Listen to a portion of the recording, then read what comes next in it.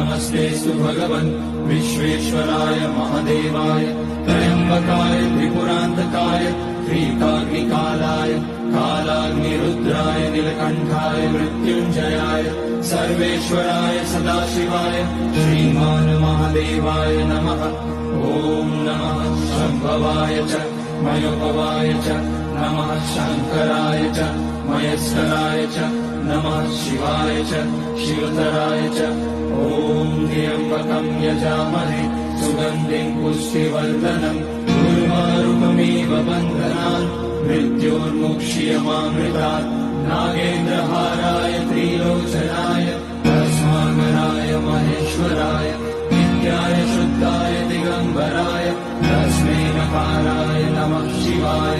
Mandakini सलिलचन्दन चर्चिताय Nandishwar प्रमथनाथ महेश्वराय